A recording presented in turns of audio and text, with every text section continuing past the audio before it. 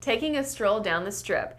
Now this one seems pretty simple, but it's a must-do for any couple visiting Vegas, especially if it's your first time. Start in the late afternoon and watch the city lights illuminate the grand scale architecture as night falls.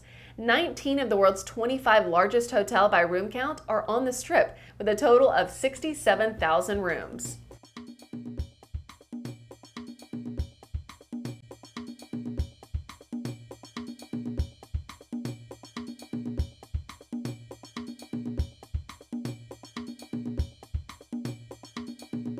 Thanks so much for watching. If you want to know more about travel, click on the links around me. And be sure to subscribe to my channel and to mahalo.com.